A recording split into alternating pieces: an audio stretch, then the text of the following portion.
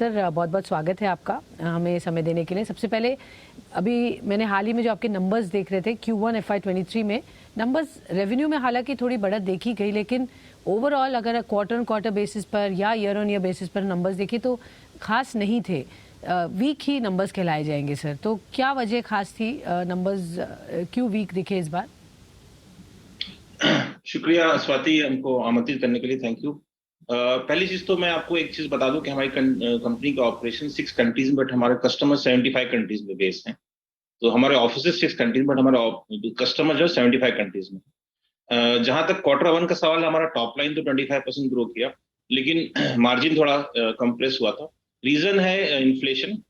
Normally हमारे customer base के orders हमारे पास रहते हैं, 2 से 3 महीने के ऑर्डर रहते हैं, और जब भी इन्फ्लेशन बहुत तेज बढ़ता है तो हमको थोड़ा लैग होता है उसको पास ऑन करने में, इसलिए हमारा मार्जिन थोड़ा कंप्रेस हुआ।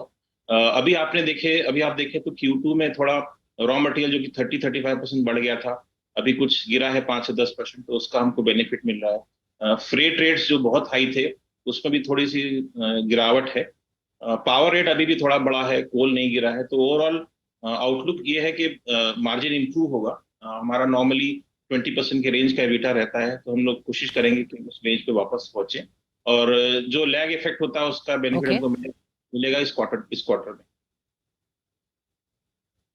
ओके तो मार्जिन्स आप इम्प्रूव करेंगे आप कह रहे हैं, और 20% की रेंज तक आप पहुंच जाएंगे। सर क्या टाइमलाइंस हैं, कब तक आप देख रहे हैं वो रेंज में आप पहुंच जाएंगे? क्या Q2 अगर हम ईयर ऑन ईयर के पॉइंट ऑफ व्यू से देखेंगे तो अच्छा क्वार्टर कहलाएगा? Q2 अभी पोजीशन ठीक चल रही है, लेकिन जो मार्जिन एक्सपेंशन वो Q2 और Q3 के बीच में हो पाएगा, क्योंकि अभी भी जैसे मैंने बताया कोल के रेट्स नहीं ओके कम हुए, पावर के रेट भी बढ़ गए, तो कुछ इन्फ्लेशन अभी भी है। जी।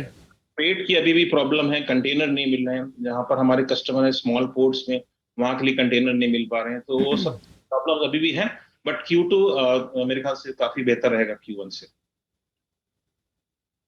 ओके सो Q2 में डेफिनेटली इम्प्रूवमेंट होगी, मार्जिन्स भी थोड़े बेहतर होंगे, बट उसका ऑफ कोर्स मेन रिजल्ट और पूरी तरह से जो इफेक्ट होगा वो Q3 तक आएगा जैसा आपने कहा। जी जी हाँ। सर आपका चूंकि रेवेन्यू एक्सपोर्ट्स में अगर हम देखें 64% कंट्रीब्यूट करता है, और क्योंकि इस वक्त अगर ग्लोबल सिनेरियो देखें, बाकी मार्केट्स देखें, तो वहाँ पर जो दिक्कतें हैं, जियोपॉलिटिकल टेंशन्स तो एक बात है, और बाकी इन्फ्लेशन के जो कंसर्न्स है दूसरे देशों में, उसकी वजह से कितना इफेक्ट होने का संभावना है आपके बिजनेस में, बिकॉज एक्सपोर्ट्स पे आप काफ़ी डिपेंडेंट हैं।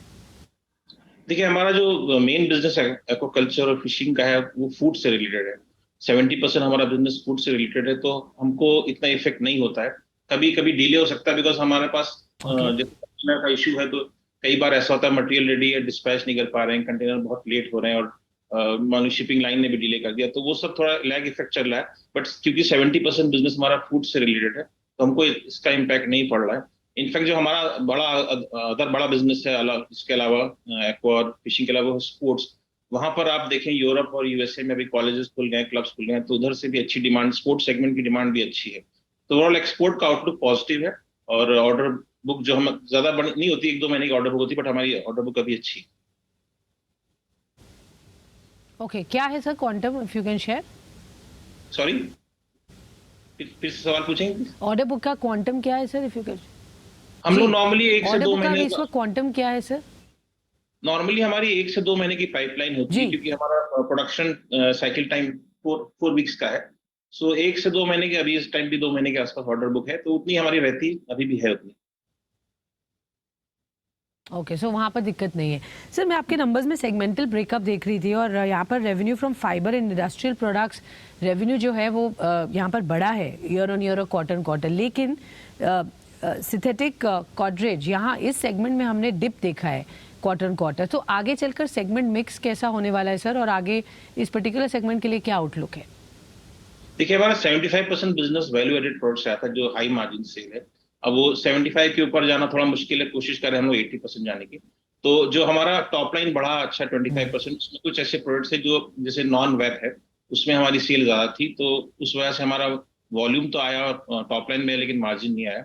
ओवरऑल जैसे मैंने बोला कि हमारा जो हाई मार्जिन सेगमेंट है एक्सपोर्ट और इंटरनेशनल बिजनेस, वहां पर 64-65% हमारी सेल है, उधर हमारा आउटपुट बहुत पॉजिटिव है।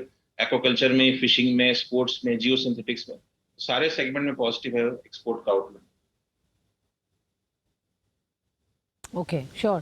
तो यहाँ पर दिक्कत नहीं है और आउटलुक भी पॉजिटिव आप बता रहे हैं। कहाँ पर आप देख सकते हैं अभी भी कंसर्न्स है और ये साल उस एरिया में आपको कॉशियस रहना है?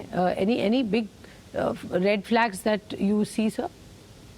जहां पर जैसे जो हमारा नॉन वेब सेगमेंट है जिसमें बहुत प्राइस सेंसिटिव मार्केट होती है, जो 20-25% हमारा बिजनेस है, वहां पर इन्फ्लेशन का इफेक्ट पड़ता है और कस्टमर उतनी जल्दी एक्सेप्ट नहीं करता जी। प्राइस, वहां पर थोड़ा प्रेशर है। बट जो हमारा मेन 75-80% बिजनेस है वो वैल्यू एडेड प्रोडक्ट्स का है, जहां पर हम हमेशा इनोवेशन करते रहते हैं। जैसे आपको मालूम है हमारे पास ऑलमोस्ट 70 पेटेंट्स हमने अप्लाई किए हैं, 23 पेटेंट्स ग्रांट हो गए हैं।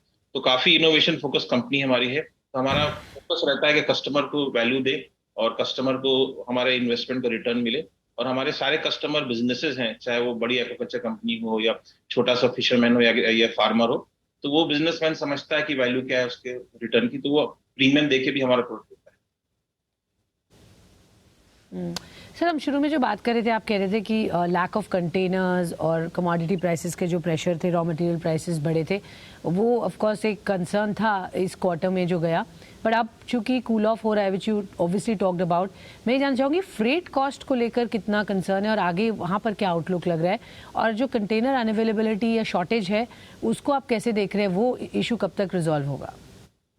हम लोग काफी फोकस कर रहे हैं कंटेनर अवेलेबिलिटी पे। इनफैक्ट हम पहले से कंटेनर बुला के अपने प्लांट्स में रख रहे हैं और एक्स्ट्रा कॉस्ट बेयर कर रहे हैं। अभी भी बड़े पोर्ट्स में इतना इशू नहीं, लेकिन छोटे पोर्ट्स जहां हमारे काफी कस्टमर है वहां पर प्रॉब्लम है। कई बार ये भी हो रहा है कि शिपिंग लाइंस की बर्थिंग यहाँ पे नहीं हो रही, इंडिया को स्किप कर देते हैं। तो ये सब प्रॉब्लम्स हैं, ये पिछले 1-1.5 साल से चल रही है, तो थोड़ी सी इंप्रूव हुई बट अभी भी प्रॉब्लम है। और हमारा एफर्ट काफी रहता है इस पे, रोज हम लोग काफी टाइम लगा रहे हैं, शिपिंग लाइन से बात करते हैं, कस्टमर की हेल्प लेते हैं। तो ये नहीं कह सकता कि प्रॉब्लम सॉल्व होगी, बट प्रॉब्लम थोड़ी सी कम हुई। प्रॉब्लम कम हुई है बट पूरी तरह सॉल्व नहीं हुई है, तो अभी भी एंटिसिपेट करते हैं ये दिक्कत थोड़े टाइम रहेगी। Of ji. कोर्स आप छोटे पोर्ट्स में ज़्यादा दिक्कत फेस कर रहे हैं। क्विकली सर एक हम ब्रेक में जल्दी जाएंगे, बट उससे पहले आपसे ये जानना चाहूँगी, आपने ऑर्डर बुक की बात की, 1-2 महीने की आपकी है ऑलरेडी ऑर्डर बुक, बट अगले 1-1.5 साल की अगर मैं एक विजिबिलिटी लूँ तो आपको कैसा दिख रहा है ऑर्डर बुक का सिनेरियो? ऑल्सो स्पेसिफिक ज्योग्राफीज जो आपको लगता है अच्छा परफॉर्म करेंगी विज़ावी अदर्स, जहाँ पर आप ज़्यादा फोकस करेंगे, ज़्यादा बुलिश हैं? हमारा फोकस चिली में हमने काफी मार्केट शेयर, साउथ अमेरिका में मार्केट शेयर गेन किया है। अब हम एक्सपैंड कर रहे हैं जियो सिंथेटिक में, ओके। इंटरनेशनल बिजनेस, एग्रीकल्चर में भी इंटरनेशनल बिजनेस में फोकस कर रहे हैं, उधर ग्रोथ होगा। और स्पोर्ट्स में हम काफी बड़े प्लेयर हैं, और स्पोर्ट्स में जो रिलेटेड प्रोडक्ट्स होते हैं जिन्हें हम अलाइड कहते हैं, जो मेटल रिलेटेड है या और रिलेटेड अदर, मतलब नेटिंग से रिलेटेड नहीं, उसको भी हम एक्सपेंड कर रहे हैं। और यहाँ पे वहाँ पे भी यूएसए में हम फोकस कर रहे हैं। और नॉन सैल्मन हमारा बड़ा बिजनेस एक्वाकल्चर सैल्मन में, तो नॉन सैल्मन सेगमेंट जो है वो ग्लोबली हर जगह पर है, साउथ अमेरिका में भी है, यूरोप में भी है और एशिया में भी, वहां पर हम कोशिश करना एक्सपेंड करने की। तो ओवरऑल हमारी स्ट्रेटजी है कि ज्योग्राफिकल एक्सपेंशन रहे और न्यू सेगमेंट्स भी हम जहां पर नहीं है वहां इंटर करें। सर हम बिजनेस आउटलुक पर आपसे चर्चा कर ही रहे हैं, बट मैं ये आपसे जानना चाहूँगी अब कि कैपेक्स को लेकर आगे एक्सपेंशन कैपेसिटी को लेकर क्या कंपनी के प्लान्स हैं? कुछ M&A अपॉर्चुनिटीज़ भी आप देख रहे हैं? आप कह रहे हैं नए सेगमेंट्स में आप एंटर करने की बात कर रहे हैं, स्पोर्ट्स में आपका फोकस है, so is some big ticket M&A और capacity expansion on the annual sir? M N A का तो हम काफी सीरियस डिस्कशन हमारा चालू है लोगों, कई कंपनीज के साथ इंडिया के बाहर। हमारा फोकस है कि हम यूरोप में कोई कंपनी एक्वायर करें। तो लेकिन एमएनए आप जानती हैं 0-1 सिचुएशन होती है, कभी होता है कभी नहीं होता है। तो डिस्कशन एडवांस स्टेज पे है, लेकिन अभी मैं कुछ बता नहीं सकता।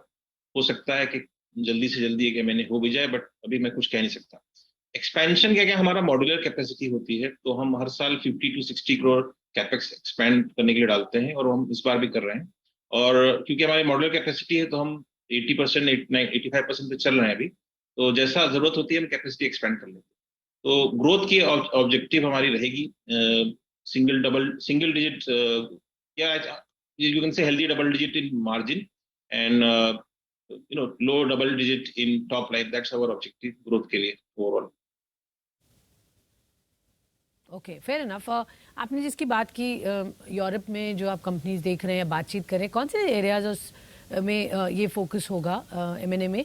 ऑल्सो सर आपके पास कुछ जो रियल एस्टेट है, there is quite a bit in Bombay और Maharashtra, correct me if I am wrong sir, real estate के जो आपके पास लैंड है उसका क्या आगे प्लान्स है, उसको कैसे मोनेटाइज करेंगे?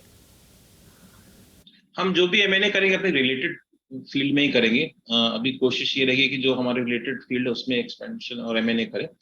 रियल एस्टेट जो है वो हमारी हमारी कंपनी का नहीं है। रियल एस्टेट बॉम्बे में मेरे ख्याल से वो एक मतलब ओरिजिनल जो गरवारी कंपनी थी उसमें से है किसी कंपनी का। हमारा रियल एस्टेट नहीं है। हम लोग रियल एस्टेट पे ज्यादा फोकस भी नहीं करते। हम लोग कोशिश करते हैं कि बिजनेस में इन्वेस्ट करके रिटर्न लेके आएं।